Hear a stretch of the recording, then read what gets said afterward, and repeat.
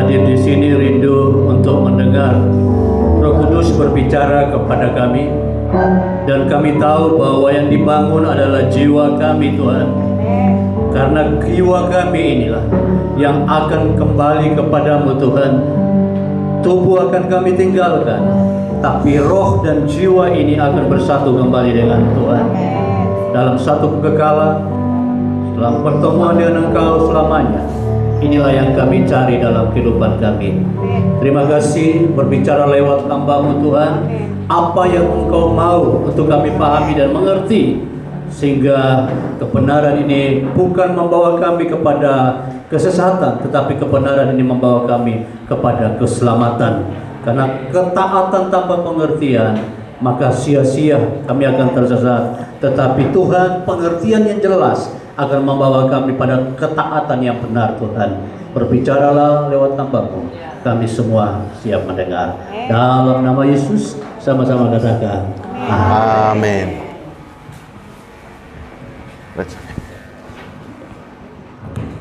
Selamat pagi, mohon maaf ya terlambat karena ada karnaval ya. Kita langsung ya, Odin ya. Terima kasih ya. Firman Tuhan Maha Kudus, setuju nggak ya? Setuju ya? Firman Tuhan itu Maha Kudus ya. Tapi bisa dibaca nggak oleh orang yang tidak kudus? Bisa ya? Bisa ya? Firman Tuhan Maha Kudus, tapi bisa dibaca oleh orang yang tidak kudus. Kalau orang tidak kudus baca firman jadi gimana coba? Jadi kudus? Nah ini coba lihat ini. Ini ya. Firman Tuhan Maha Kudus. Kalau dibaca orang yang tidak kudus, orangnya jadi apa? Jadi kudus, katanya siapa? Coba firman Tuhan ini taruh di lokalisasi. Yang baca BTS, jadi kudus? Hah? Coba. Perempuan sundal bisa baca firman nggak? Bisa? Jadi kudus nggak dia? Loh, firmannya Maha Kudus. Dibaca orang kudus? Kudus. Dibaca orang tidak kudus? Hah? Kalau dia nggak berubah kan kekudusan gimana? Ingat, firman ini tulisan. Orang yang tidak kudus membaca ini tanpa spirit, tanpa roh. Dia nggak ngerti apa yang spirit, apa yang ada di dalamnya. Nggak bisa masuk ke dalam spiritnya. Ya, banyak nggak orang kalau begitu terjebak dalam sebuah kebenaran ini? Banyak. Coba lihat.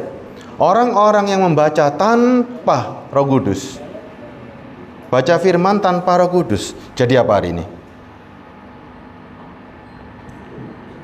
Orang baca firman tanpa Roh Kudus, jadi apa kira-kira? Saudara baca kitab, 5 kitab yang disebut The Law. Kejadian, Keluaran, Imamat, Bilangan, Ulangan. Jadi apa saudara setelah baca? Setelah baca kitab Ulangan, 5 kitab ini, jadi apa coba?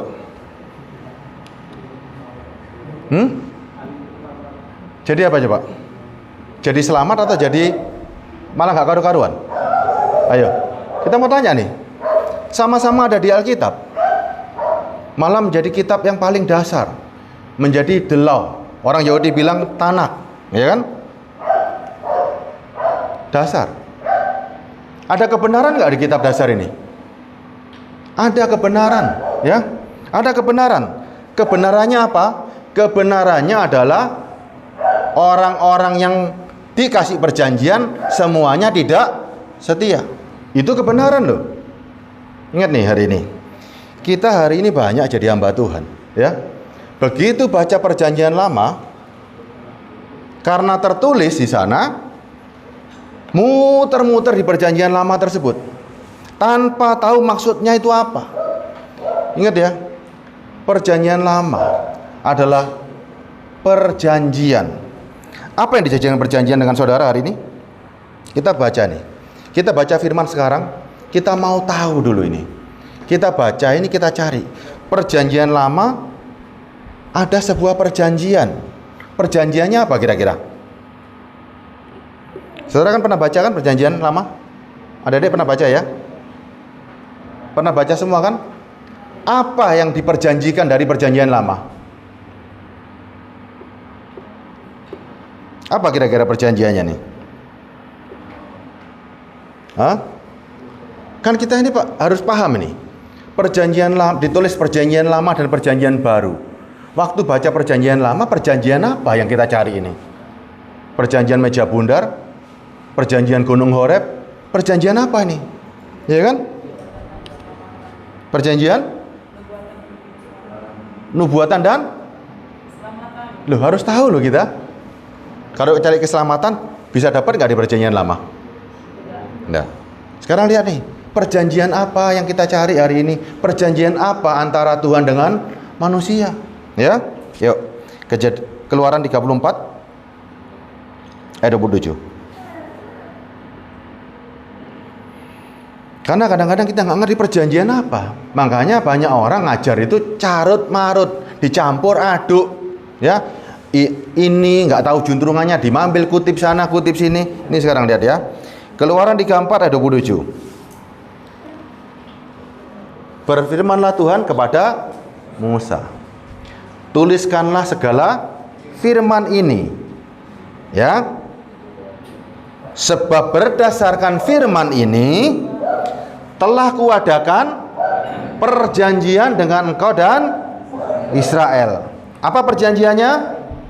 28. Dan Musa ada di sana bersama-sama dengan Tuhan 40 hari 40 malam lamanya, tidak makan roti, tidak minum air, dan ia menuliskan pada loh segala perkataan perjanjian, yakni ke-10 firman.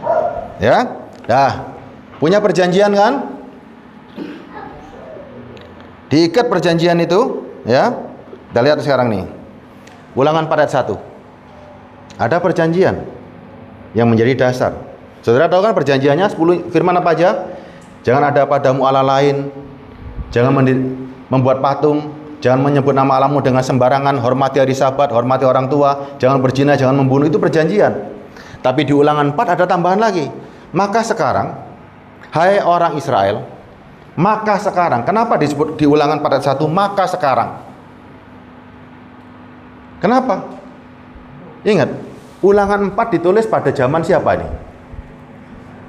Pada zaman Musa. Tapi kenapa disebut maka sekarang ini? Setelah lewat 40 tahun, mereka mau nyebrang kan ini di Sungai Yordan. Musa berbicara kepada generasi kedua, ya. Maka sekarang hai orang Israel, dengarlah ketetapan dan peraturan. Ada lagi tambahan. Dari perjanjian ada ketetapan dan peraturan. Nih lihat nih ya. Yang kuajarkan kepadamu untuk dilakukan, supaya kamu hidup dan memasuki serta menduduki negeri yang diberikan Tuhan Allahmu kepada Allah nenek moyangmu. Ayat 2-nya. Jangan nambahi apa yang kuperintahkan kepadamu, jangan menguranginya. Dengan demikian kamu berpegang pada perintah Tuhan Allahmu yang kusampaikan kepadamu. Dari perjanjian 10 ditambah lagi ketetapan dan peraturan. Lihat Ulangan 5 ayat 1. Nih ya. Bagaimana Musa membuat kita terikat hari ini. Musa memanggil seluruh orang Israel berkumpul dan berkata kepada mereka, dengarlah orang Israel, ya. Bukan orang Kediri loh ini. Orang Israel. Ketetapan dan peraturan ini yang pada hari ini kuperdengarkan kepadamu supaya kamu mempelajarinya dan melakukannya dengan setia. Firman sudah keluar, perjanjian ada, ketetapan ada, peraturan ada. Dari perjanjian, ketetapan dan peraturan, kalau kita lakukan hari ini, kita baca, kita mau ngikuti, bisa selamat nggak Bu? Hah? Dari perjanjian, ketetapan dan peraturan, kalau kita ikuti bisa selamat nggak? Bisa selamat nggak? Siapa yang bilang bisa selamat, siapa yang bilang tidak? Ini sekarang nih, ada perjanjian buat orang Israel. Saya tanya sama saudara, gimana caranya masuk jadi orang Israel? Ada sebuah perjanjian jelas, perjanjiannya ada, ketetapannya ada, peraturannya ada. Saudara bilang mau selamat. Pernah baca nggak ketetapan dan peraturan ini? Cara selamatnya gimana? Cara masuk perjanjiannya gimana? Ini jelas orang Israel. Saudara siapa di hadapan orang Israel? Coba. Saudara siapa di hadapan bangsa Israel? Bangsa apa? Hah? Bangsa asing. Gimana cara masuk menjadi orang Israel buat bangsa asing? Siapa yang di sini mengaku keturunan Lewi? Israel punya 12 anak kan? Ruben, Simeon, Lewi, Yehuda, Isaktar semua. Gimana cara masuk menjadi bangsa Israel kita? Apakah suku-suku Israel menawarkan saudara untuk menjadi bangsanya? Gimana caranya masuk? Kita belajar dulu ini. Dari 12 anak orang Israel, misalnya kita mau jadi Israel-Israelan, ya. Mau kita baca. Saudara mau jadi yang siapa kira-kira hari ini? Lewi, Ruben, Yehuda, Simeon, mau jadi siapa kira-kira? Lewi. Setuju ya? Saya bacakan nubuatnya tentang Lewi ya. Siapa yang mau jadi Lewi? Ayo, nggak apa-apa kita berandai-andai hari ini.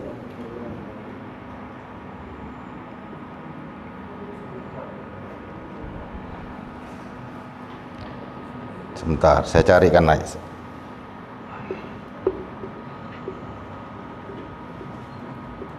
Saya taruh di mana nih ya? Bentar.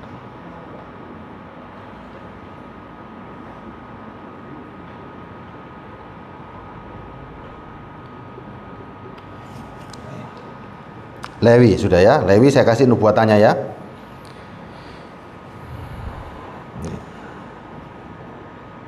Lewi ya. Ulangan 33 ayat 8.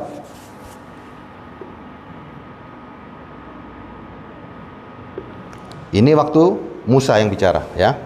Tentang Lewi ia berkata, biarlah Tumim dan Urimmu menjadi kepunyaan orang yang kau kasihi, yang telah kau coba dimasak dengan siapa engkau berbantah di dekat air Meribah. Ayat 9. Yang berkata tentang ayahnya dan tentang ibunya, aku tidak mengidahkan mereka. Ia yang tidak mau kenal saudara-saudaranya dan acuh tak acuh terhadap anak-anaknya, sebab orang-orang Lewi itu berpegang pada firman-Mu dan menjaga perjanjian-Mu. Ya. Ayat 10. Mereka mengajarkan peraturan-peraturan-Mu kepada Yakub, hukum-Mu kepada Israel. Mereka menaruh ukupan wangi-wangian di depan-Mu dan korban yang terbakar seluruhnya di atas mezbah-Mu. Berkatilah ya Tuhan kekuatannya dan berkenanlah kepada pekerjaannya. Remukkanlah pinggang orang yang melawan dia, yang membenci dia, sehingga mereka tidak dapat bangkit. Ini nubuatannya Musa terhadap orang Lewi. Kita buka di Kejadian 49 ayat 5.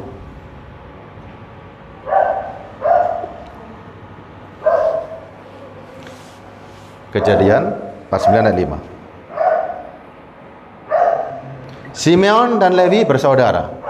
Senjata mereka adalah alat kekerasan, ya.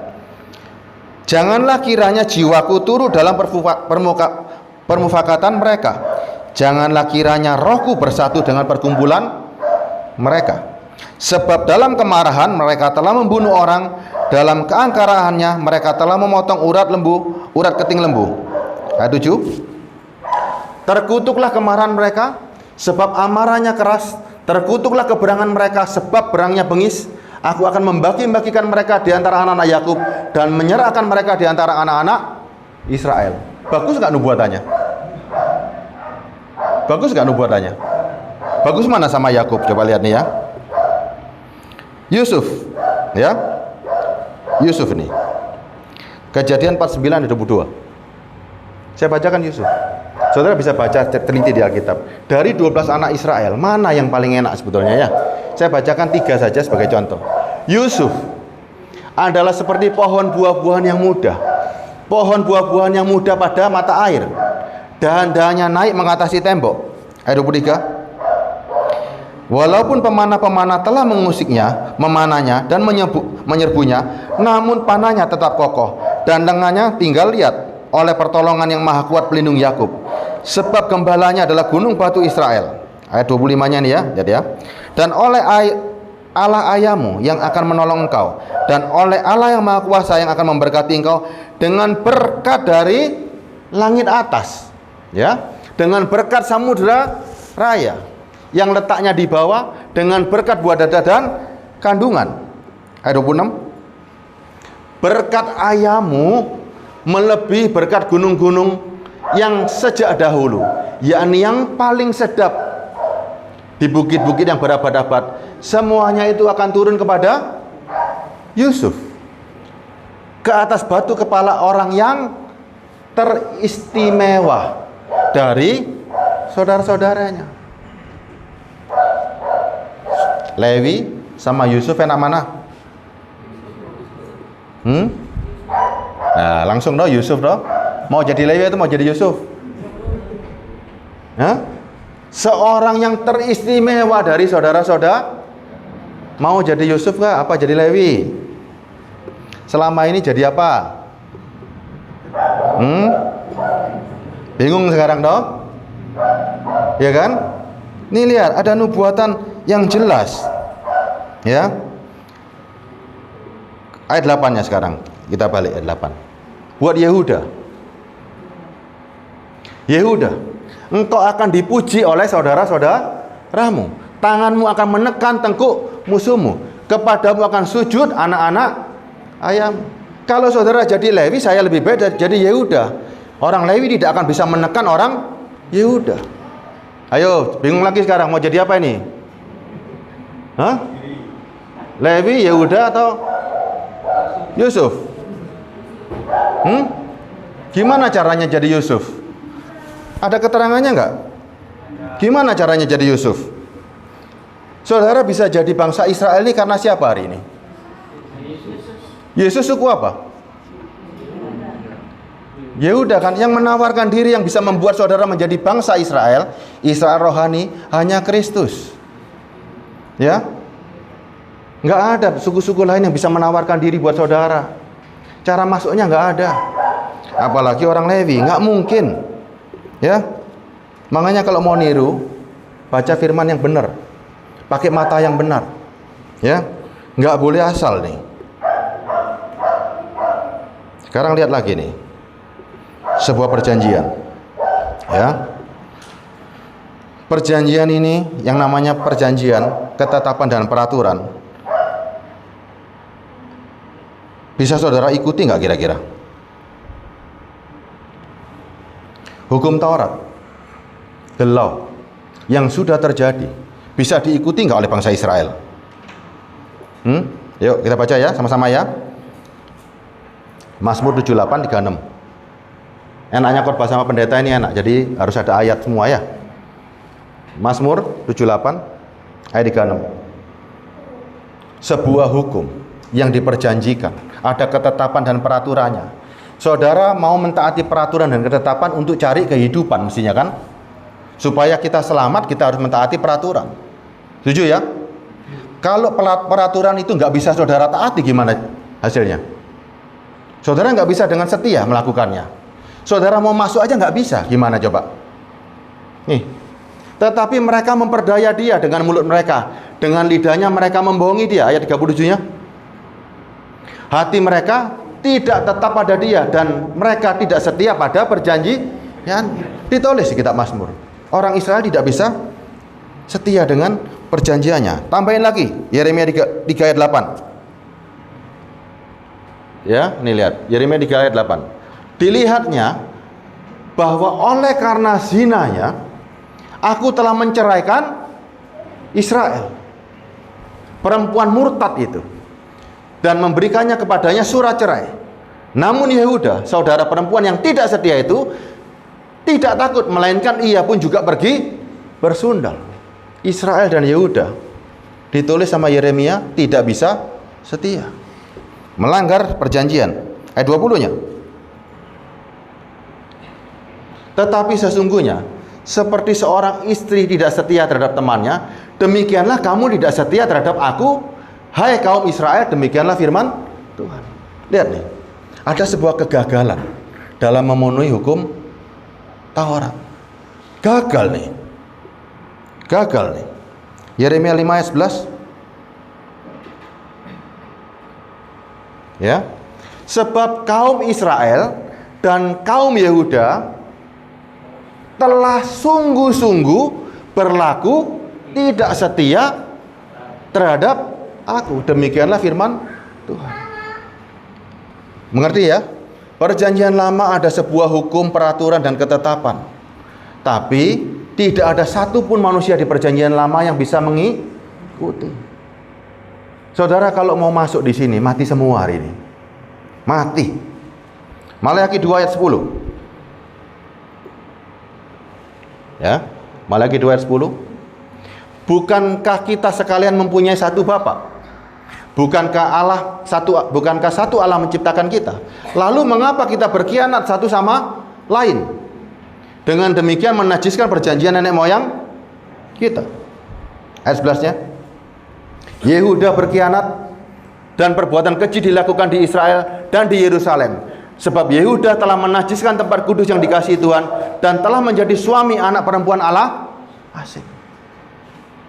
Sebuah kitab Maleakhi menegur bangsa Israel yang nggak bisa hidup menuruti firman. Terus mau gimana nih? Mau gimana coba? Mau tetap ngotot aja, nggak usah ada perjanjian baru, atau tetap berkecimpung di sini nih? Nih, kalau hari ini perjanjiannya Tuhan, ketetapan dan peraturannya dikasihkan ahli hukum, akan banyak kontradiksi. Kontradiksinya banyak. Saudara pernah catat nggak kontradiksi hukum Taurat? Yuk kita baca ya. Bilangan 15 ayat 15. Ini kontradiksinya nih. Bilangan 15 ayat 15. Mengenai jemaah itu, haruslah ada satu ketetapan, ya, bagi kamu dan bagi orang asing yang tinggal padamu. Berarti harus sama ya. Orang asing sama orang Israel sama. Orang asing yang tinggal ya. Inilah suatu ketetapan untuk selama-lamanya bagi kamu turun-temurun. Kamu dan orang asing haruslah sama di hadapan Tuhan. Setuju nggak? Setuju ya firmannya ya. Orang asing harus sama. Imamat 24 ayat 22. Yuk. Kita bedah ini terus-terusan ya. Satu hukum berlaku bagi kamu, baik bagi orang asing maupun bagi orang Israel asli, sebab akulah Tuhan Allahmu. Satu hukum. Orang asing sama orang Israel, orang asing yang diam di sana, hukumnya sama nggak? Sama. Ya. Ayat balik Imamat 19:34. Ya. Imamat 19:24. Orang asing yang tinggal padamu. Kita kalau nggak tinggal di Israel bukan disebut orang asing. Orang memang tidak dikenal sama mereka ya. Orang asing yang tinggal padamu harus sama bagimu seperti orang Israel asli dari antaramu. Kasihilah dia seperti dirimu sendiri. Karena kamu juga orang asing dahulu di tanah Mesir. Akulah Tuhan Allahmu. Setuju nggak? Setuju ya? Setuju ya? Setuju. Sekarang lihat nih ya. Ulangan 14:21. Ulangan 14:21. Janganlah kamu makan bangkai apapun. Setuju ya? Orang Israel nggak boleh makan bangkai. Tapi boleh kau berikan kepada pendatang yang ada dalam tempatmu untuk dimakan. Atau boleh kau jual kepada orang asing. Orang Israel nggak boleh makan bangkai, orang asing boleh. Katanya sama tadi. Di sini lihat. Padahal satu hukum berlaku semuanya. Di sini lihat. Janganlah kamu memakan bangkai apapun. Tetapi boleh kau berikan kepada pendatang. Dan boleh kau jual kepada orang asing, sebab engkaulah umat yang kudus bagi Tuhan Allahmu. Jangan, ya kan? Kan ada aneh kan? Tadi katanya satu hukum berlaku sama. Ini coba Ulangan 15 ayat 3. Harusnya kan sama kan hukumnya kan? Lihat, dari orang asing boleh kau tagih utangmu, kepada saudaramu harus kau hapus loh. Perbedaan lagi kan? Katanya tadi mengasihi seperti dirimu sendiri. Sekarang lihat, Kalau orang asing boleh kau tagih, saudaramu nggak boleh. Pilih kasih nggak? Pilih kasih nggak? Lihat kan ya, hukum ini kalau dikasihkan orang hukum hari ini diteliti, hukum ini penuh dengan cacat. Ya, cacat nih. Lihat. 23 ayat 10, 23 ayat 20. Nih. Ulangan 23 lah. Dari orang asing boleh kau pungut bunga. Harusnya kalau orang asing boleh pungut bunga, orang Israel juga boleh dong. Tetapi dari saudaramu janganlah engkau memungut bunga. Nah, supaya Tuhan Allahmu memberkati engkau dalam segala usahamu di negeri yang kau masuki untuk mendudukinya. Adil nggak? Nggak adil. Tadi dibilang satu hukum berlaku semuanya. Sekarang mulai pilih kasih. Nih, ada hukum lagi yang lebih serem lagi nih. Ulangan 7 ayat 3. Ulangan 7 ayat 3. Janganlah engkau mengkawinkan dengan mereka. Anakmu perempuan jangan kau berikan kepada anak laki-laki mereka. Anak perempuan mereka jangan kau ambil bagimu anak laki-laki. Dengan siapa ini? Dengan bangsa-bangsa yang mereka perangi. Kenyataannya Bilangan 25 ayat 1. Bilangan 25 ayat 1. Sementara Israel tinggal di Sitim, mulailah mereka berzina dengan perempuan-perempuan Moab. Dilanggar nggak? Dilanggar. Ya. Lihat. Dilanggar. Bilangan 31 ayat 18. Nih, ya. Tetapi semua orang muda, ini perang nih. Di antara perempuan yang belum pernah bersetubuh dengan laki-laki, haruslah kau biarkan hidup bagimu. Ngapain perempuan yang belum pernah bersetubuh, yang perawan, dipelihara? Coba, tadi tidak boleh kawin sama perempuan asing. Yang sekarang ada perempuan muda yang belum pernah bersetubuh laki-laki, biarkan dia hidup. Ngapain perawan dibiarin hidup? Jadi budak. Zaman dulu budak bisa diapakan sama orang Israel? Bisa ditidurin, bisa dikawinin. Pertentangannya, nih, bertentangan terus kan? Kembalikan, Ulangan 20 ayat 14. Lihat ya. Ulangan 20 ayat 14. Hanya perempuan, anak-anak dan hewan dan segala yang ada di kota itu, yakni seluruh jarahan itu, boleh kau rampas bagimu sendiri. Dan jarahan dari musuhmu ini yang diberikan kepadamu oleh Tuhan Allahmu boleh kau pergunakan. Apa artinya mempergunakan perempuan? Ini lihat. Tadi nggak boleh kawin, sekarang boleh ngambil. Kalau perang boleh, ya kan? Ulangan 21 ayat 10. Lihat ya. Apabila engkau keluar berperang melawan musuhmu dan Tuhan Allahmu menyerahkan mereka ke dalam tanganmu dan engkau menjadikan mereka tawanan. Wah, hebat nih dari Tuhan ya. Ayat 11-nya. Dan engkau melihat dari antara tawanan itu seorang perempuan yang elok, ya, sehingga hatimu mengingini dia dan engkau mau mengambil dia menjadi istrimu, boleh nggak? Tadi bilang nggak boleh ya kan? Sekarang boleh. Coba, kalau ini ditaruh ahli hukum sekarang, ini digugat, pasti digugat. Hukum ini cacat. Nih lihat nih. Tadi nggak boleh kawin, sekarang kalau kita kepingin hatinya lihat perempuan cantik, boleh. Berarti ada peraturan, tapi ternyata keinginan kita tidak bersih, Mas Ian. Ya, ada peraturannya, nggak boleh kawin. Tapi kalau ada perempuan cantik, kalau hatimu kepingin, boleh. Ayat 12-nya. Maka haruslah engkau membawa dia ke dalam rumahmu, perempuan, dan mencukur rambutnya dan memotong kukunya. 13-nya. Menanggalkan pakaian yang dipakainya pada waktu di ditawan dan tinggal di rumahmu untuk menangisi ibu bapaknya sebulan lamanya. Bapak ibunya saudara bunuh, anaknya ditawan. Katanya mengasihi. Coba lihat. Ada yang mau di sini? Bapak ibunya saya bunuh, Anda saya kawinin, mau? Ada perasaan cinta nggak di sini satu sama lain? Yang terjadi apa di sini? Ini cinta apa nafsu? Lihat nih. Sesudah demikian, bolehlah engkau menghampiri dia menjadi suaminya sehingga ia menjadi istrimu. Siapa yang di sini bapak ibunya dipateni, dalam sebulan bisa lupa kejadian itu?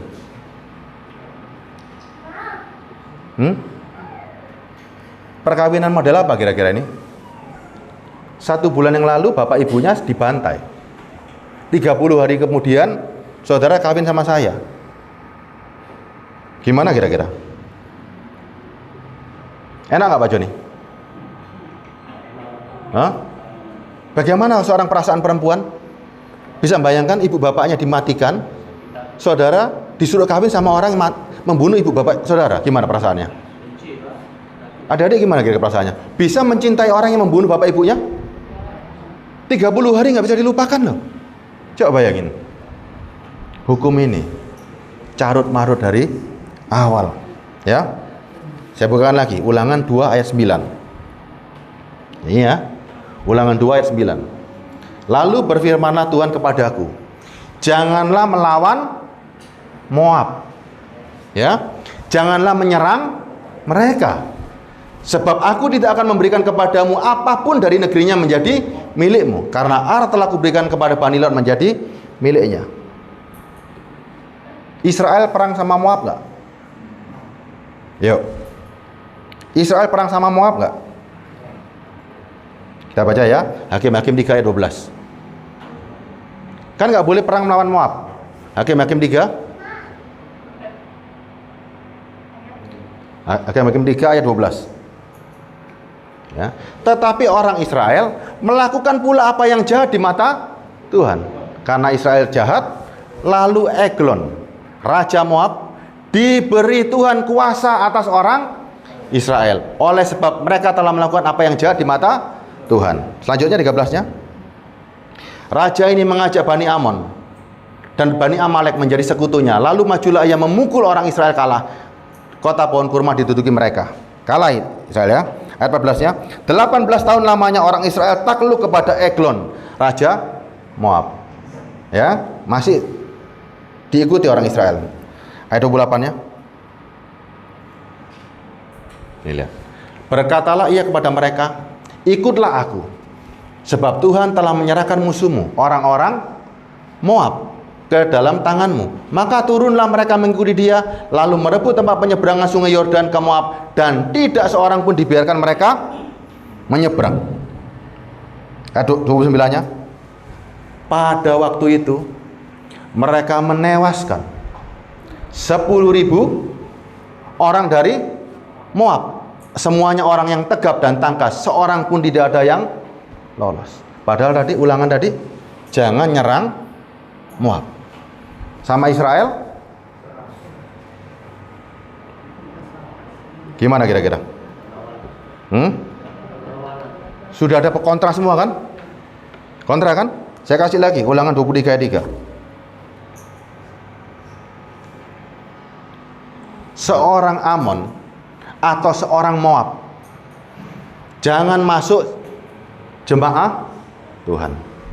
Bahkan keturunannya yang ke-10 pun tidak boleh masuk jemaah Tuhan sampai selama tidak bisa orang Moab, orang Amon menjadi jemaah Tuhan. Saudara baca kisahnya Rut. Rut 1 ayat 4. Rut 1 ayat 4.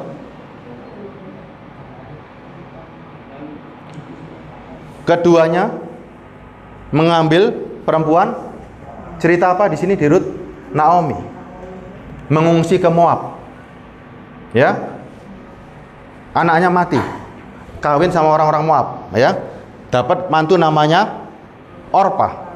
Yang kedua bernama Rut, dan mereka diam di situ selama 10 tahun.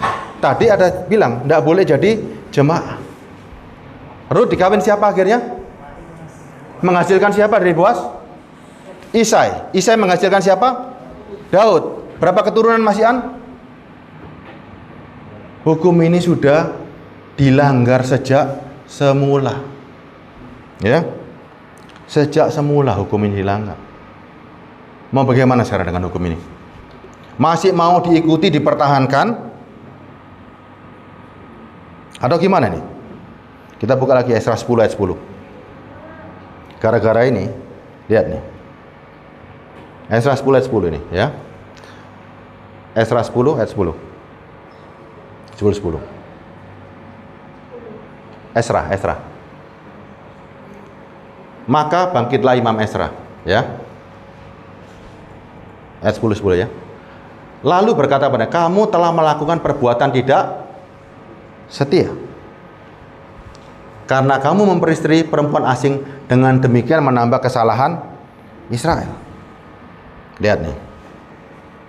Terus ayat 11-nya. Tetapi sekarang mengakulah di hadapan Tuhan Allah nenek moyangmu dan lakukan apa yang berkenan kepadanya, dan pisahkanlah dirimu dari penduduk negeri perempuan-perempuan asing. Kalau saudara baca ceritanya, orang yang sudah kawin sama istrinya disuruh cerai, dimatikan, ya kan?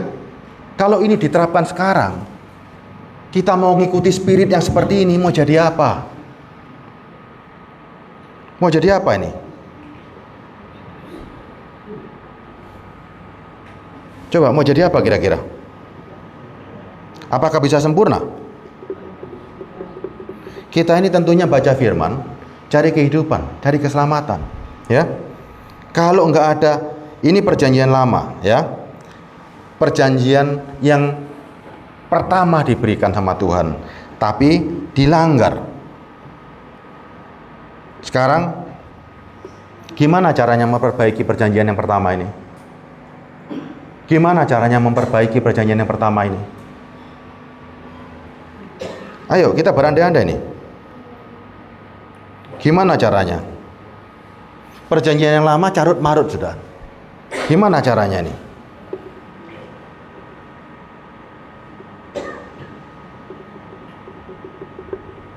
Ayo kalau ada yang mengusulkan kan kita boleh nih.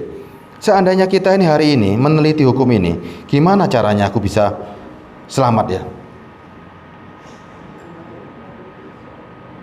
Gimana caranya aku bisa selamat? Kalau perjanjian ini diikuti tanpa pengertian, rusak loh saudara. Ya. Kalau saudara baca hari ini, saudara punya kesimpulan, ya, bahwa dari hukum, dari perjanjian yang sudah pernah diberikan Tuhan, ternyata manusia tidak bisa mengikutinya. Ya, saudara nggak bisa mengikutinya. Siapa yang bisa merubah itu? Saudara atau Tuhan sendiri? Tuhan. Karena apa saudara Tuhan mau merubah hukum ini? Karena apa? Karena apa? Karena dia cinta sama saudara. Karena dia ingin saudara selamat. Ya. Yuk kita bacalah sekarang. Ibrani 8 ayat 7. Ya. Sebab sekiranya perjanjian yang pertama itu tidak bercacat, maka tidak akan dicari lagi tempat untuk yang.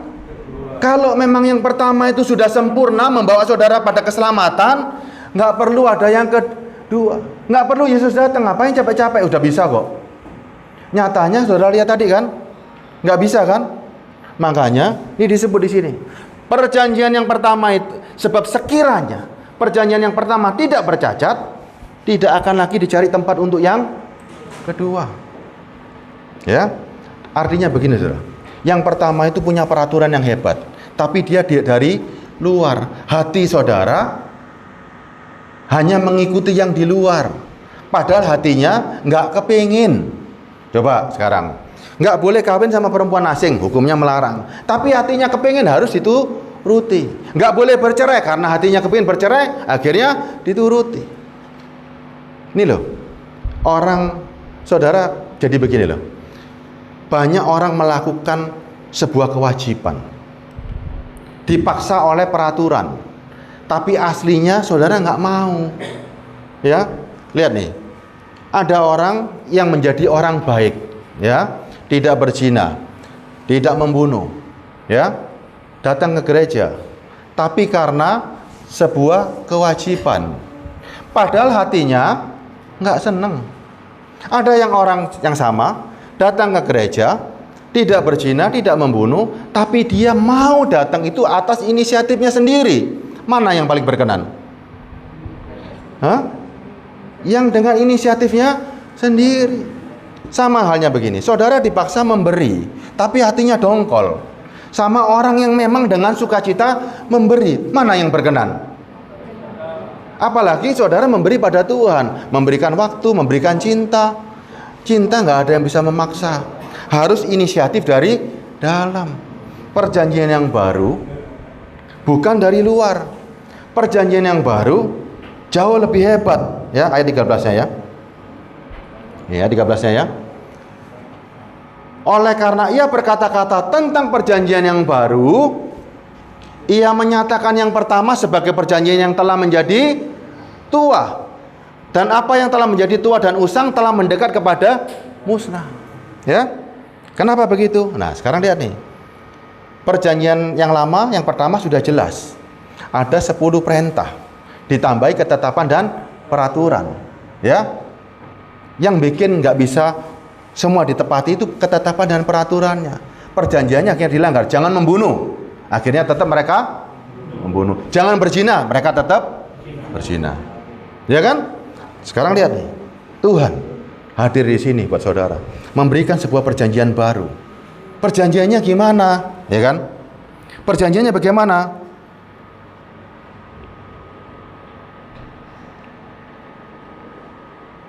Perjanjiannya bagaimana nih kira-kira nih? Ibrani 8 ayat 9. Ibrani 8 ayat 9. Bukan seperti perjanjian yang telah kuadakan dengan nenek moyang mereka. Ini mengutip Yeremia 31 ya. Pada waktu aku memegang tangan mereka untuk membawa mereka keluar dari tanah Mesir, sebab mereka tidak setia kepada perjanjianku, dan aku menolak mereka, demikian firman Tuhan. Ayat 10-nya ini ya. Ya. Maka inilah perjanjian yang kuadakan dengan kaum Israel sesudah waktu itu. Demikianlah firman Tuhan, aku akan menaruh hukumku. Ditaruh di mana? Dalam akal budi mereka, dan menuliskannya dalam hati mereka. Maka aku akan menjadi Allah mereka, dan mereka akan menjadi umatku. Jadi sebuah hukum yang dimasukkan dalam diri kita. Makanya Yesus pakai penggambarannya Yohanes 6 ayat 47. Nih ya, aku akan menaruh hukumku dalam akal mereka dan menuliskan dalam hati mereka. Yesus menggambarkan dirinya siapa? Aku berkata kepadamu, sesungguhnya barang siapa percaya, ia mempunyai hidup yang kekal. Selanjutnya, akulah roti hidup yang harus dimakan. Ya, yuk. 49-nya, nenek moyangmu telah makan mana di padang gurun dan mereka mati. 50-nya, inilah roti yang turun dari sorga. Barang siapa makan daripadanya, ia tidak akan mati. Ayat 51. Nah, inilah penjelasan Ibrani 8 tadi sama Yeremia tadi. Akulah roti hidup yang telah turun dari sorga. Jikalau seorang makan dari roti ini, ia akan hidup selama-lamanya. Dan roti yang kuberikan ialah dagingku, akan kuberikan untuk hidup dunia. Bagaimana firman bisa masuk dalam diri ini? Penggambaran. Yesus memberikan tubuhnya untuk saudara makan, menjadi firman yang hidup dalam diri kita. Ya, lebih hebat nggak? Jauh lebih hebat, jauh lebih sempurna. Yuk baca Yeremia 31 ayat 1. Ini sebuah nubuatan. Makanya Yesus bilang, aku tidak meniadakan hukum Taurat dan kitab para nabi, tapi aku menggenapinya. Saudara harus paham ayat ini, Matius 15 ayat 5 ayat 7 ya, 17 ya. Yang namanya hukum Taurat itu menurut orang Yahudi adalah the law, 5 kitab. Yesus bilang, aku nggak meniadakan dan kitab para nabi, tapi aku menggenapinya. Karena apa? Nubuatannya tertulis semua tentang keturunan. Ketika bersama Hawa, keturunanmu akan meremukkan kepala ular. Itu nubuatan-nubuatan yang digenapi oleh Yesus Kristus. Ya, sekarang saya bacakan Yeremia ini. Pada waktu itu demikianlah firman Tuhan. Aku akan menjadi Allah segala kaum keluarga Israel, dan mereka akan menjadi umatku. Ayat 2-nya. Ya. Beginilah firman Tuhan, ia mendapat kasih karunia di padang gurun, yaitu bangsa yang terluput dari pedang itu. Israel berjalan mencari istirahat bagi dirinya. Ayat 3-nya. Dari jauh Tuhan menampakkan dirinya. Aku mengasihi engkau dengan kasih yang kekal. Makanya Kristus kasihnya sangat kekal. Sebab aku melanjutkan kasih setiaku kepadamu. Allah itu kalau berjanji kasihnya setia, orangnya tidak setia. Makanya dilanjutkan, aku melanjutkan kasih setiaku kepadamu dengan cara yang paling baru. Ayat 4-nya. Aku akan membangun engkau kembali, sehingga engkau dibangun, hai anak darah Israel. Engkau akan menghiasi dirimu kembali dengan rebana dan tampil dalam tari-tarian orang yang bersukaria. Di sini sudah bukan disebut sundal, tapi anak darah, seorang perawan. Lanjut ayat 5-nya. Engkau akan membuat kebun anggur kembali di gunung-gunung Samaria, dan orang-orang akan membuatnya memetik hasilnya pura. Samaria sudah dinubuatkan. Yuk kembali ya. Ayat 6-nya. Sungguh akan datang harinya bahwa para penjaga berseru di gunung Efraim. Ayo marilah kita naik ke Sion kepada Tuhan Allah kita. Ayat 7-nya. Sebab beginilah firman Tuhan, bersorak-soraklah bagi Yakub dengan sukacita. Bersukarialah tentang pemimpin-pemimpin bangsa-bangsa. Kabarkanlah, pujilah, dan katakanlah, Tuhan telah menyelamatkan umatnya, yakni sisa-sisa Israel. Lanjut. Sesungguhnya aku akan membawa mereka dari tanah utara, akan mengumpulkan mereka dari ujung bumi. Dulu kan Allah membawa orang Israel keluar dari Mesir. Sekarang yang dikatakan Allah itu yang mengumpulkan kembali nih. Sesungguhnya aku akan membawa mereka dari tanah utara dan mengumpulkan mereka dari ujung bumi. Di antara mereka akan ada orang buta dan lumpuh. Ada perempuan yang mengandung bersama-sama dengan perhimpunan yang melahirkan. Dalam kumpulan besar mereka akan kembali ke mari. Ini nubuatan tentang Kristus. Ayat 7-nya, ayat 9-nya. Dengan menangis mereka akan datang, dengan hiburan aku akan menghibur mereka. Ini loh. Aku akan memimpin mereka ke sungai-sungai di jalan yang rata. Makanya nubuatannya Yesaya, ada orang yang berseru-seru meratakan jalan, ya kan? Di mana mereka tidak akan lagi tersandung. Nggak akan lagi ada orang kesandung dengan hukum yang pernah muncul. Nggak bisa hukum itu menyandung kita. Hukum Kristus cuma dua kan? Kasihilah Tuhan Allahmu dengan segenap hati, segenap pikiranmu, dengan kasihilah sesama manusia dari dalam diri kita. Nggak ada lagi yang kita buat tersandung hukum ini. Mengasihi Tuhan dan mengasihi sesama, cuma itu yang terutama.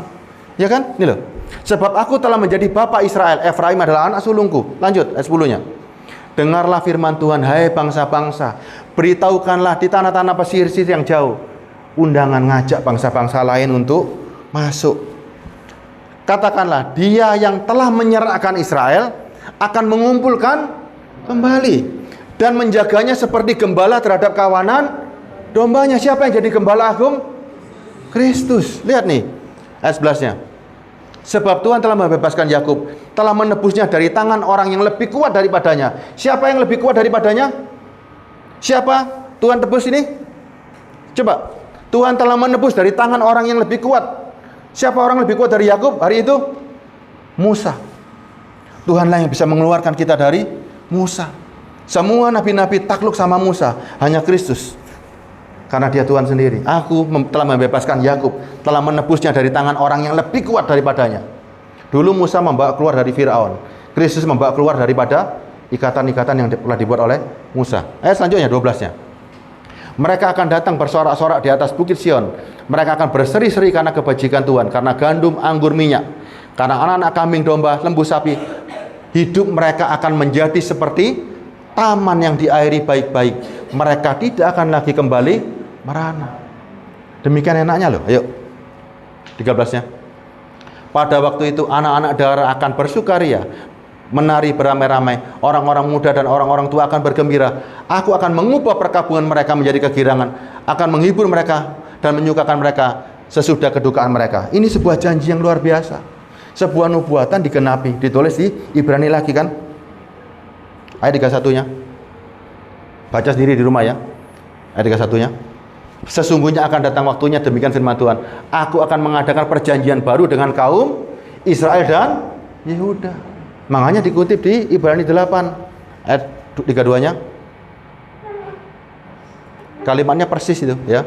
Bukan seperti perjanjian yang telah kuadakan dengan nenek moyang mereka pada waktu aku memegang tangan mereka untuk membawa mereka keluar dari tanah Mesir. Perjanjianku itu telah mereka ingkari. Ya, meskipun aku menjadi Tuhan yang berkuasa atas mereka, demikianlah firman Tuhan. Dirubah. Sekarang ada perjanjian yang tidak bisa diingkari, yang sangat-sangat baik. Kenapa nggak bisa diingkarin? Karena Tuhan menjanjikan hari ini yang bisa merubah Kristus. Makanya coba lihat hari ini, Kristus masuk buat saudara hari ini. Demikian enaknya, ya kan? 2 Korintus 3 ayat 6. Ini lihat enaknya ya. Mau ikut Kristus atau Musa nih? Paham ya? Untuk menerangkan orang, ini loh. Kalau kita mau ikut dulu, kita nikmati. Makanya ada perjanjian baru, ada hukum yang jauh lebih sempurna. Perjanjian barunya adalah Kristus datang menyerahkan tubuhnya untuk masuk dalam diri kita. Saudara bisa memakai Kristus hari ini, ya. Kristus itu terbukti dia hadir di dunia untuk saudara, untuk membawa saudara kepada kehidupan. Terbukti nggak? Yesus hadir di dunia, dia mati, dia bangkit untuk membawa saudara menuju kepada kekekalan. Fakta nggak itu? Fakta. Dan ingat, hanya hidup Kristus yang bisa kita kenakan hari ini. Saudara mau mengenakan hidupnya Musa, bisa nggak? Kehidupan Musa saudara kenakan, bisa nggak? Nggak bisa. Kehidupan Daud? Nggak bisa. Kehidupan siapa yang bisa? Nabi-nabi nggak bisa. Yang bisa hanya kehidupan Kristus bisa masuk. Yesus tidak pernah membuat dosa. Ya, Yesus nggak pernah jelalatan. Yesus nggak pernah berzina. Yesus nggak pernah berbuat dosa. Semua demi saudara, supaya saudara sekarang bisa hidup. Hidup Kristus bisa saudara pakai. Orang yang bisa menyembah Tuhan, mengasihi Tuhan, mengasihi sesama, karena ada hati Kristus masuk dalam diri saudara. Ya, berbeda dengan dulu hukumnya di luar. Sekarang hukumnya masuk di dalam. Nih ya.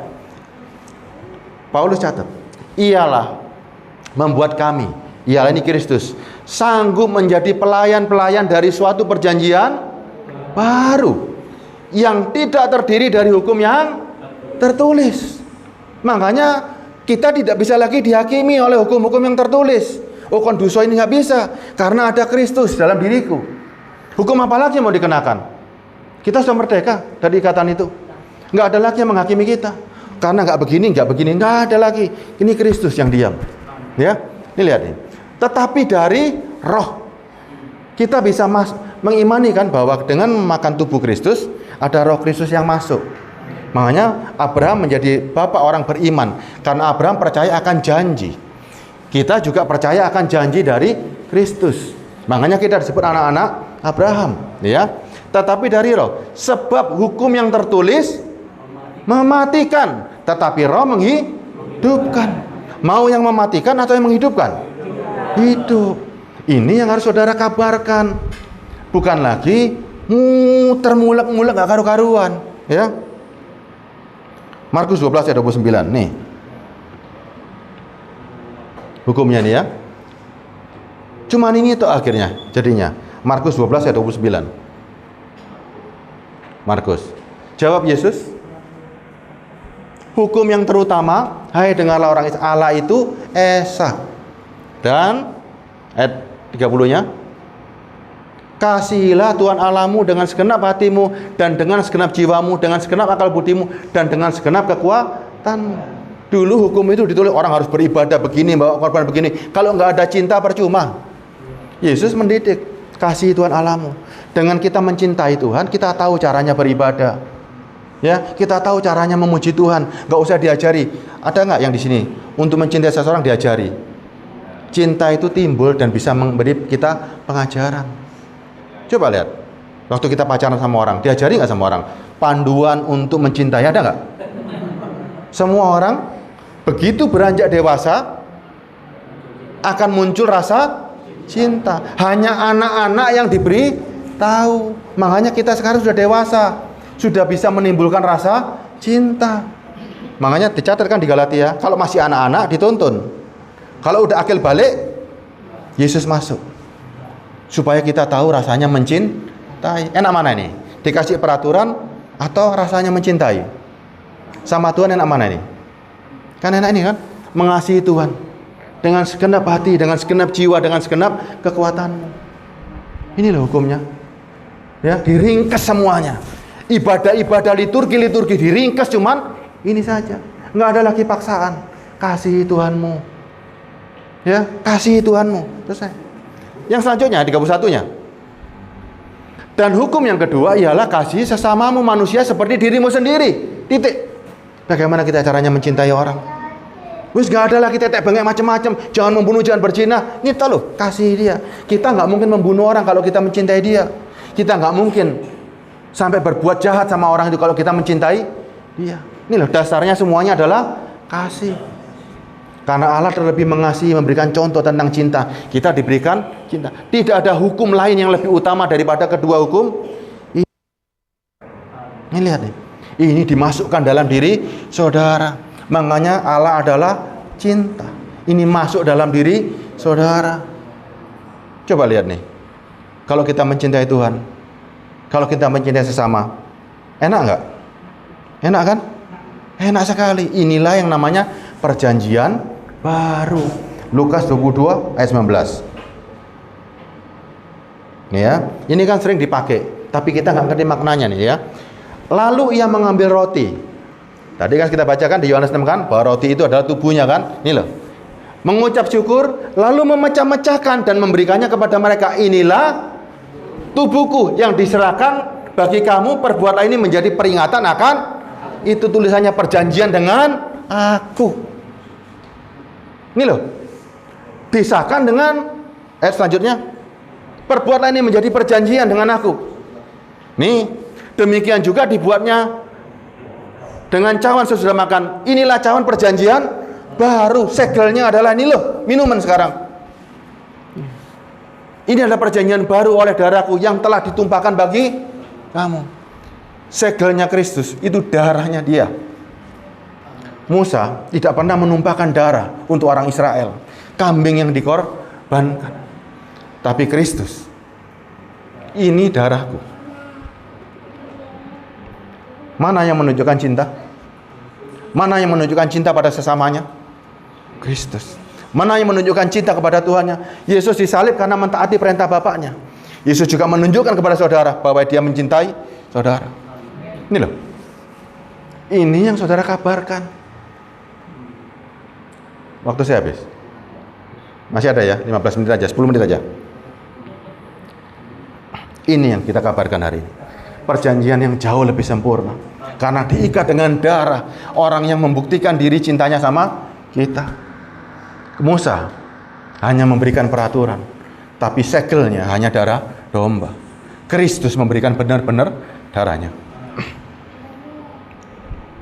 Ibrani 8:22. Ibrani 12:22. Ibrani 12 ayat 18. Makanya Kristus itu perjanjian yang jauh lebih sempurna. Zaman dulu orang Israel tidak bisa mendekati Gunung Horeb. Ketakutan. Tapi dengan Kristus, lihat di penggambarannya. Sebab kamu tidak datang kepada gunung yang tidak dapat disentuh, dan api yang menyala-nyala, ya, yang dapat disentuh. Kepada kekelaman dan angin badai. Zaman dulu gunung itu menyeramkan. Memang bisa dilihat, bisa disentuh, tapi itu menyeramkan. Lanjut ayatnya. Kepada bunyi sangkakala dan bunyi suara yang membuat mereka mendengarnya memohon supaya jangan lagi berbicara kepada mereka. Allah begitu menakutkan zaman dulu. Lanjut.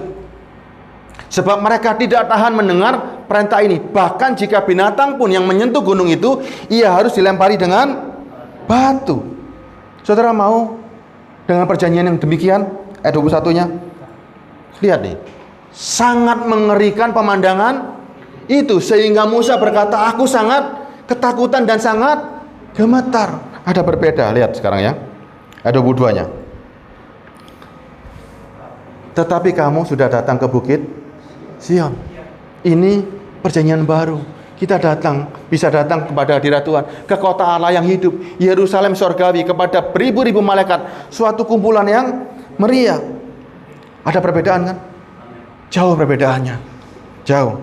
Ayat 23. dan kepada jemaat anak-anak sulung yang namanya terdaftar di sorga. Lihat nih, nama kita terdaftar di sorga karena dan kepada Allah yang menghakimi semua orang dan kepada roh-roh orang benar yang telah menjadi sempurna. Ayat 24-nya. Dan kepada Kristus, mediator, seorang pengantara perjanjian baru, dan kepada darah pemercikan yang jauh berbicara lebih kuat daripada darah Abel. Ayat 25-nya. Jagalah supaya kamu jangan menolak Dia yang berfirman, sebab jikalau mereka yang menolak Dia yang telah menyampaikan firman Allah di bumi tidak luput, apalagi kita, jika kita berpaling dari Dia yang berbicara dari sorga. Makanya ayat 26-nya, waktu itu suaranya menggoncangkan, tetapi sekarang Ia memberikan janji, satu kali aku akan menggoncangkan bukan dengan bumi saja, melainkan langit. Apa yang digoncangkan? Semua perjanjiannya bubar. Hari ini ada perjanjian yang tidak bisa digoncang oleh siapapun juga. Siapa yang berani menggoncang Kristus hari ini? Ayo coba. Musa bisa digoncang. Siapa yang bisa menggoncangkan Kristus? Gak ada. Satu kali lagi. Ayat 27-nya. Ungkapan satu kali lagi menunjuk kepada perubahan pada apa yang dapat digoncangkan, apa yang dapat dirubah. Karena ia dijadikan supaya tetap tinggal apa yang tidak tergoncangkan. Lanjut. Jadi karena kita menerima kerajaan yang tidak tergoncangkan. Ini sekarang. Makanya Yesus ngomong, bertobatlah sebab kerajaan sorga sudah dekat. Ini kerajaan yang tidak tergoncangkan. Marilah kita mengucap syukur dan beribadah kepada Allah menurut cara yang berkenan kepadanya, dengan hormat dan takut hari ini. Tapi takutnya berbeda. Ya, paham ya? Ada sebuah tata cara yang baru hari ini. Kristuslah yang menjadi pengantara kita. Galatia 3 ayat 10. Nih. Makanya semua firman akhirnya perjanjian baru merujuk. Yang lama hati-hati. Karena semua orang yang hidup dari pekerjaan hukum Taurat di bawah kutuk. Sebab ada tertulis, terkutuklah orang yang tidak setia melakukan segala sesuatu yang tertulis dalam kitab hukum Taurat. Terkutuk semuanya. Terus ayat 11-nya. Dan bahwa tidak ada orang yang dibenarkan di hadapan Allah karena melakukan hukum Taurat adalah jelas. Nih. Orang benar akan hidup oleh iman. Ya. 12. Tetapi dasar hukum Taurat bukanlah iman, melainkan siapa yang melakukan akan hidup karenanya. Ada perbedaan. Hukum Taurat kita mau ngikuti pun nggak bisa. Hukum Kristus berbeda. Kristus menunjukkan buat saudara hari ini, ayo ikuti Kristus. Dia jauh lebih kuat dari Musa. Kita telah direbut. Musa mengeluarkan kita dari Firaun. Kristus mengeluarkan kita dari Musa dengan perjanjian yang baru yang ditanam dalam diri kita. Ya, makanya mau memberi pada Tuhan, beri karena engkau mencintai. Mau datang ibadah, datang karena engkau mencintai. Mau mengasihi sesama bukan karena kita dipaksa, bukan menjadi kewajiban, tapi karena inisiatif kita. Lebih hebat kan? Makanya dulu Kristus memberikan apa? Orang membunuh, beneran membunuh, tapi Kristus bilang, kamu membenci saudaramu juga sudah dibilang. 1 Yohanes, boleh ya saya lanjutkan ya, 1 Yohanes 3 ayat 15.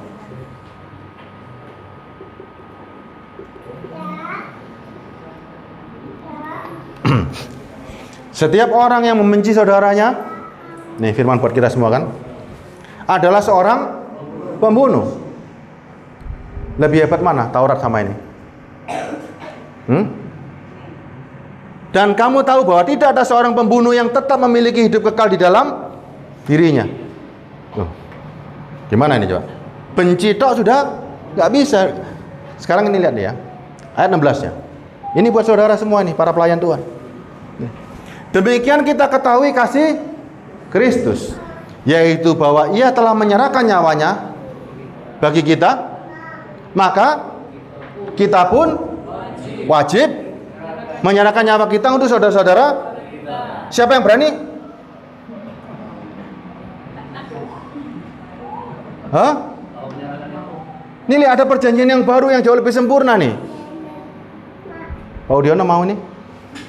Demikianlah kita ketahui kasih Kristus. Kristus berani menyerahkan nyawanya.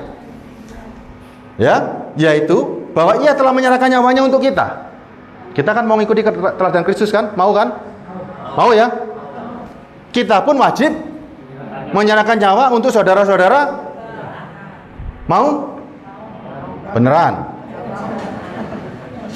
Ngerti nggak ayat ini? Ngerti nggak ayat ini? Hah? Ini nyawa loh. Saudara mau ngasihkan nyawa buat orang lain? Saudara mau ngasihkan nyawa saudara buat orang lain? Tanya, jawab dengan jujur. Saudara mau memberikan nyawa buat orang lain? Ada orang di luaran loh, belum mengenal Tuhan, mau memberikan nyawa buat mereka? Saudara mau mati buat mereka? Mau? Loh. Pak siapa lupa saya namanya? Pak siapa? Pak Refri mau? Ada orang di luar-luar nih. Mereka mati di hadapan Tuhan, walaupun mereka hidup di hadapan manusia, tapi di hadapan Tuhan mereka mati. Saudara mau menyerahkan nyawa saudara buat mereka? Dicatat Tuhan loh ini. Hah? Nih, pelayanan Kristus. Nih loh. Inti dari pelayanan ini, siapa yang membenci adalah seorang pembunuh dalam diri saudara. Kalau ada benci saja sudah tidak ada Kristus. Yesus tidak pernah membenci orang lain. Yesus justru mengasihi orang-orang di luar. Sekarang saya bacakan ya. Waktu Yesus menyerahkan nyawanya, dia mati nggak? Yesus waktu menyerahkan nyawanya mati nggak? Loh. Sekali lagi ya. Waktu Yesus di kayu salib, dia mati apa enggak? Mati. Nggak ada kebangkitan? Berarti kan nggak mati dah. Sekarang saya tanya nih. Saya tanya ya. Saudara sekarang yang hidup siapa nih? Yang hidup sekarang siapa nih? Pak Refri atau Yesus? Kalau Yesus yang hidup, saudara di mana? Hidupku bukan aku, tapi Kristus. Oke. Kalau saudara membagikan Kristus buat orang lain, saudara mati nggak? Yuk. Sekarang ibu ada Kristus. Kristus bisa kita pakai. Kristus itu hidup kita hari ini. Saya sudah mati. Karena saya mati karena hukum Taurat kan? Yang bisa menghidupkan saya kan Kristus. Hidup saya sekarang ini bukan SW lagi. Hidup saya adalah Kristus. Orang belum mengenal Kristus, saya kenalkan Kristus, saya berikan hidup saya kepada mereka. Saya mati nggak? Mati nggak? Enggak. Karena yang saya bagi itu adalah hidup Kristus. Kristus memberikan nyawanya buat saudara. Di mana nyawanya Kristus? Kan di saudara. Itu yang saudara bagikan ke orang supaya orang itu juga hidup. Paham nggak? Saudara ini sekarang orang-orang yang hidup, bukan orang mati. Paham ya Pak Revi ya? Kita ini orang-orang yang hidup. Kenapa kita hidup? Karena Kristus. Kalau Kristus dibagi ke orang, kita mati nggak? Enggak. Makanya itulah harta kerajaan sorga. Makin dibagi makin banyak. Ya, paham ya? Lah kalau gitu buat apa ngelayani kalau nggak ngerti seperti ini? Makanya saudara ini harus sadar bahwa yang kita hidupi sekarang ini adalah Kristus. Saudara ada di mana? Saudara sudah mati. Sadar nggak kalau kita mati? Saya kasih ayat terakhir nih, gemes saya.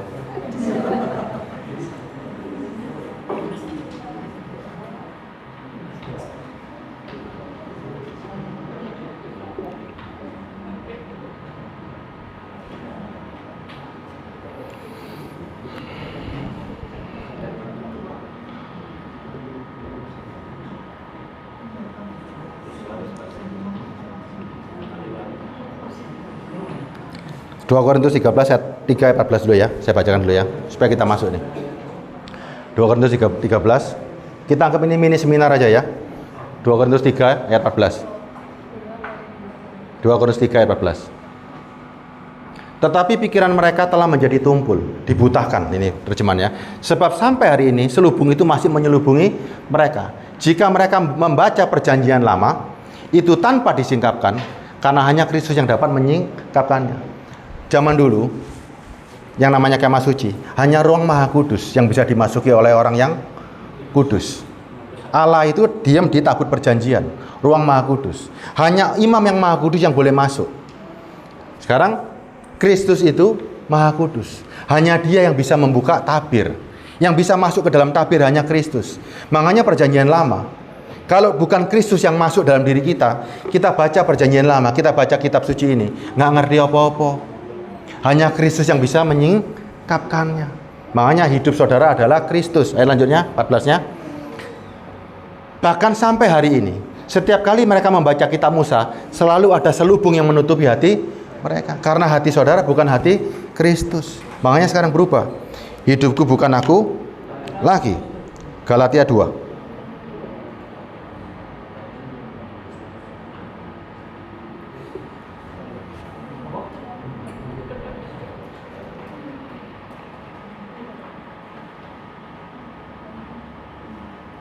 Ayat 20. Mulai 18 dulu ya, 18 dulu. Makanya Paulus bilang gini, karena jika aku membangun kembali apa yang telah kurombak, aku menyatakan diriku sebagai pelanggar hukum Taurat. Lah dibangun kembali jadi pelanggar lagi, ya kan? Ayat 19-nya. Sebab aku telah mati oleh hukum Taurat, untuk hukum Taurat, supaya aku hidup untuk Allah. Aku telah disalibkan dengan Kristus. Kalau Paulus disalibkan dengan Kristus, mati nggak Paulusnya? Paulus disalib, apanya mati berarti? Dagingnya mati, ya. Ayat 20-nya. Namun aku hidup, tetapi bukan aku sendiri yang hidup, melainkan Kristus yang hidup dalam aku. Dan hidupku yang kuhidupi sekarang dalam daging adalah hidup oleh iman dalam anak Allah yang telah mengasihi aku dan menyerahkan dirinya untuk aku. Makanya bagi-bagikan kehidupan Kristus ini kepada orang-orang lain, ya. Paham ya? Bagikan. Orang harus bisa melihat ada Kristus dalam diri saudara. Nama itu boleh saudara pakai sampai sempurna. Ya, nggak ada cara lain. Ini perjanjian baru. Saudara menjadi satu dengan Allah. Dulu perjanjian lama tidak ada. Perjanjian baru kita bisa sempurna dan menjadi satu dengan Allah. Karena itu sempurnalah, karena Bapamu adalah sempurna. Ya, paham ya? Hanya Kristus yang bisa membawa saudara ke sini. Terakhir, selama ini sudah pernah ketemu makhluk rohani nggak? Pernah ketemu makhluk surgawi nggak? Hah? Ibu pernah ketemu makhluk surgawi? Selama ini kita jadi penginjil, kita jadi hamba Tuhan, sudah pernah ketemu makhluk surgawi nggak? Pernah atau belum? Pernah ketemu makhluk dari surga? Belum? Coba. Pernah ketemu makhluk surgawi? Belum? Mau tahu makhluk surgawi seperti apa? Saya cari, pejamkan mata sebentar ya.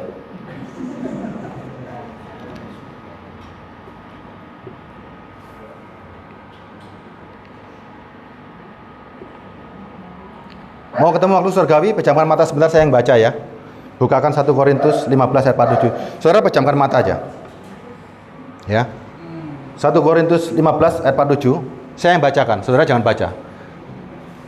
Waktu saudara memejamkan mata, siapa yang hadir dari pembacaan saya ini ya? Manusia pertama berasal dari debu dan tanah, bersifat jasmani. Manusia kedua berasal dari sorga. Ayat 28 ya. Makhluk-makhluk alamiah sama dengan dia yang berasal dari debu dan tanah. Makhluk-makhluk sorgawi sama dengan dia yang berasal dari sorga. 49. Sama seperti kita telah memakai rupa dari yang alamiah, demikian pula kita akan memakai rupa yang dari sorgawi. Sudah bayangkan makhluk sorgawinya siapa? Makhluk sorgawinya siapa? Makhluk sorgawinya siapa? Tadi sudah bayangkan kan?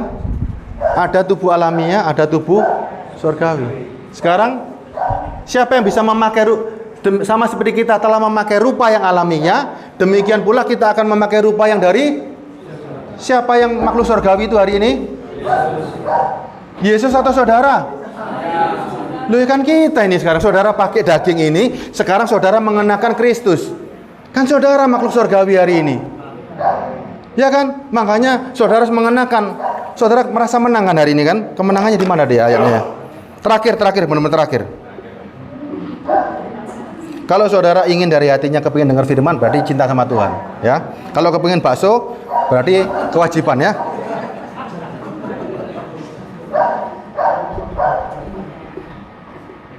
Yang namanya cinta itu makin lama makin ketemu pacar, makin lama makin seneng nggak sih? Dek, ketemu pacar seneng nggak? Seneng dong? Mau pulang nggak? Hah? Kalau lagi pacaran suruh pulang mau nggak? Lagi pacaran suruh pulang mau nggak? Enak mana? Sama pacar atau pulang? Enak sama pacar lah ya. Saudara juga sama kan, dengerin firman tuh makin hari makin seneng, makin melekat, makin menarik. Kalau firman ini bosan rasanya. Wah, periksa ya. 1 Korintus 15 ayat 53. Ayat 53-nya. Ini lihat nih. Ternyata kita inilah makhluk surgawi hari ini. Kan saudara sudah hidupnya hidup Kristus. Saudara sudah mati. Ini yang kita kabarkan, ya. Lihat ya. Karena yang dapat binasa ini harus mengenakan yang tidak dapat binasa. Jadi yang namanya kita kemenangan kapan? Nih, waktu mati atau sekarang? Sekarang. Kita bukan janji lagi sekarang nih. Dan yang dapat mati ini harus mengenakan yang tidak dapat mati. Ayat 54-nya. Dan sesudah yang dapat binasa ini mengenakan yang tidak dapat binasa, yang dapat mati ini mengenakan yang tidak dapat mati, maka genaplah firman Tuhan yang tertulis, maut telah ditelan dalam kemenangan. Berarti orang yang sudah bisa memakai Kristus bisa mati nggak? Saudara bisa mati nggak? Nih loh, bisa mati nggak kita hari ini?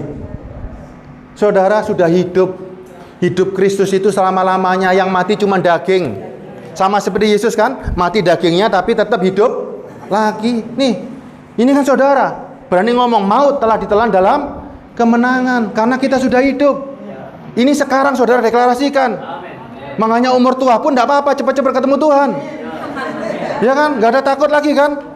Ini loh, hidup kekal sama hidup sementara ini loh, maut telah ditelan dalam kemenangan. Saudara berani ngomong, maut nih, kamu sudah kalah sama aku karena aku sudah hidup, aku sudah Kristus, nggak bisa mati lagi. Yang mati cuma daging, tapi aku sudah hidup. Ayat 55-nya. Ini Kristen. Hai maut, di mana kemenanganmu?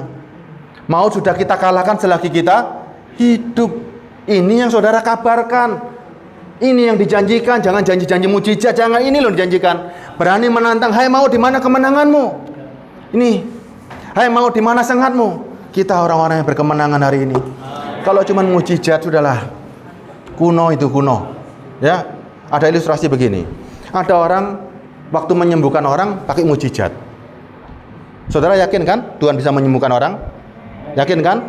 Orang sembuh semua. Ini cerita, ya, di negeri antah berantalah. Dia doa sama orang sembuh semua orangnya. Tapi giliran dia mau bangun gereja, dia minta orang lain bantu.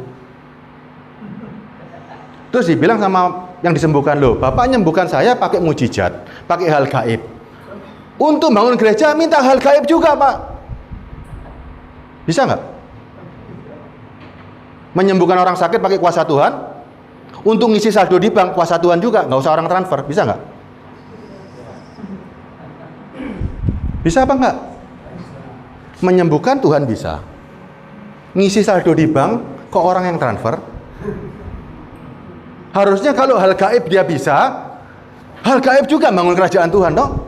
Sama-sama gaib kok. Paham maksudnya? Mana yang bisa, mana yang nggak bisa? Hah? Nggak bisa, Bu? Bukan orang bisa? Loh, apa yang nggak bisa dari itu tadi? Lah kalau ngisi rekening? Padahal bangun kerajaannya dia. Kerajaannya dia gaib apa kerajaan kita? Loh kalau Tuhan kan sama-sama gaib mestinya. Masa ibu membatasi kuasa Tuhan? Ya kan? Ini cerita di negeri anta beranta. Untungnya di sini nggak ada. Ya, makanya kalau ada pendeta tanya begitu, saya hadir di sana, saya tanya, Pak, nggak usah buat mujizat aneh-aneh. Isi rekening tanpa orang transfer, itu namanya mujizat terbesar buat Bapak untuk bangun kerajaannya. Ya, jelas ya, itu di negeri anta beranta. Ya, di sini tidak ada. Di sini hanya ngomong, hai mau di mana kemenanganmu. Ya. Kita selesaikan di sini sudah ya. Adik-adik paham ya? Kemenangan kita bukan mujizat. Kemenangan kita ini seluruh isi Alkitab. Inilah mujizat. Banyak sekali mujizatnya. Sampai kita mau minta mujizat lagi itu malu. Kenapa? Kita dulu mati, dibangkitkan hari ini. Sama orang yang membangkitkan kita mau minta apa lagi? Saudara mati, dibangkitkan, dikasih kehidupan. Mau minta apa lagi sama Tuhan? Kalau masih minta mujizat-mujizat, saudara tidak pernah melihat mujizat di sini. Saya ditanya sama orang, saya bukan anti mujizat. Saya dengan membaca firman ini, saya melihat mujizat, seluruh kata-kata ini menjadi mujizat. Ini tulisan yang mati, tapi bisa saya ikut merasakan, saya ikut melihat, dan saya ikut merasakan dalam hati saya. Betapa mujizatnya Tuhan bisa hidup dalam diri saya. Itu mujizat paling besar. Nggak usah cari mujizat-mujizat yang kayak tukang sulap. Nah, mujizat harus bisa saya rasakan. Ya, saya yang merasakan. Betul-betul nyata. Jangan cari mujizat yang ketengan. Nih, semua kitab ini mujizat terbesar. Ada begitu banyak. Ada berapa mujizat? Setiap tulisan itu mujizat buat saudara. Sampai kita nggak bisa ngomong. Mau mujizat apa lagi? Malu kita. Tuhan sudah hadir. Sang pembuat mujizat hadir di kita. Mosok mau nuntut lagi? Mujizat terbesar kita sudah mati, dibangkitkan. Bahkan kita punya status di kerajaan sorga yang tidak bisa didapat dari siapapun juga. Ya, nyanyikan satu lagu aja.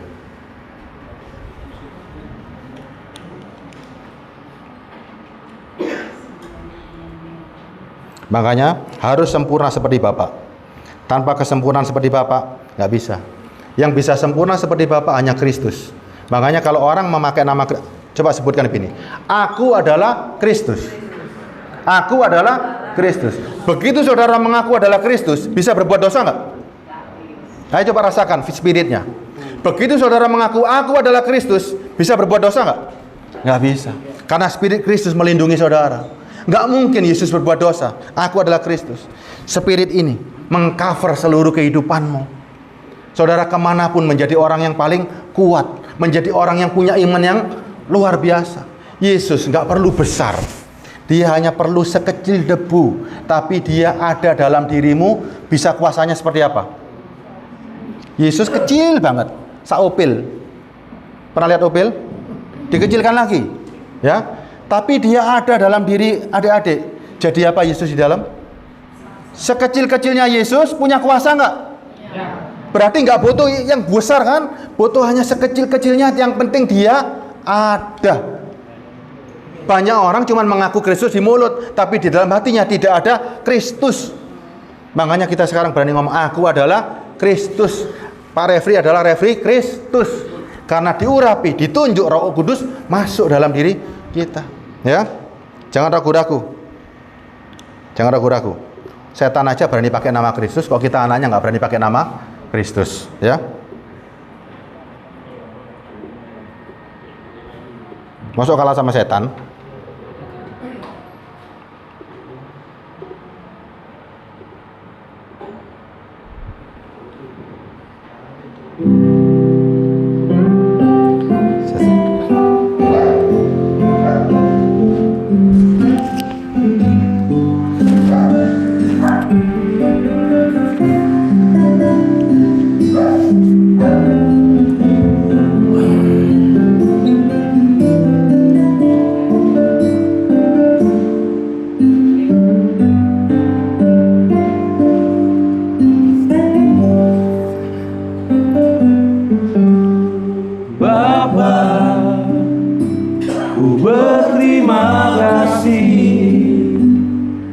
masa kecil Kau selalu perhatikanku. Bapa, ku berterima kasih. Di masa mudaku Kau selalu bersamaku. Bapa, ku berterima kasih. Kau beri aku pengertian.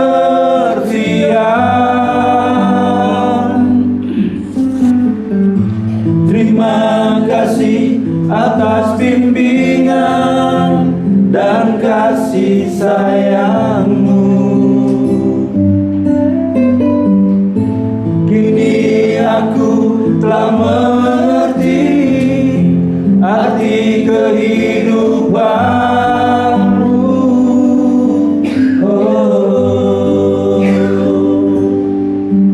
Tanpamu aku tiada berarti. Tanpamu aku tiada berarti. Wajah-Mu terbayang di hatiku.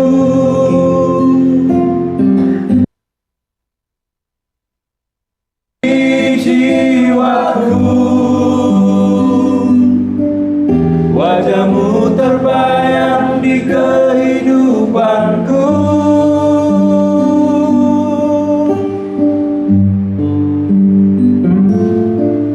Aku adalah gambaran kehidupan diri-Mu. Aku adalah gambaran kehidupan diri-Mu. Aku adalah gambaran diri-Mu. Aku harus sempurna seperti-Mu Bapa, untuk membalas kebaikan-Mu.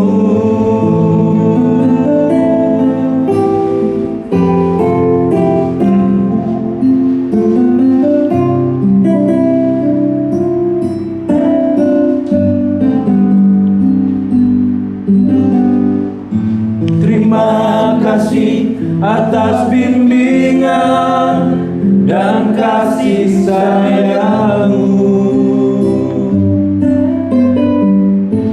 Kini aku telah mengerti arti kehidupan-Mu.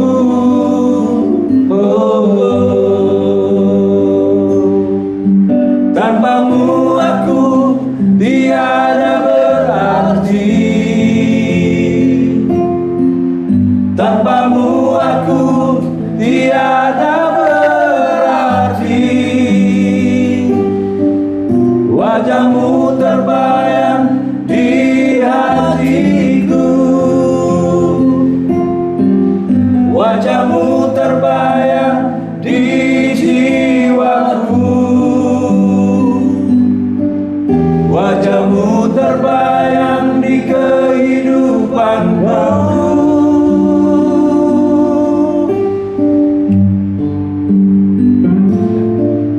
Aku adalah gambaran kehidupan diri-Mu. Aku adalah gambaran kehidupan diri-Mu. Aku adalah gambaran diri-Mu. Aku harus sempurna seperti-Mu Bapa, untuk membalas kebaikan-Mu. Aku harus sempurna seperti-Mu Bapa, untuk membalas kebaikan-Mu. Untuk membalas kebaikan-Mu.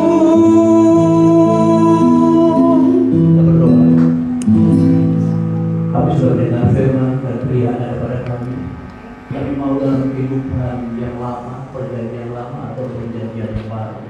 Tapi Tuhan dalam kebenaran kami sudah pahami bahwa perjanjian lama tidak membawa kepada kenalan, membawa pada kutuk dan kematian.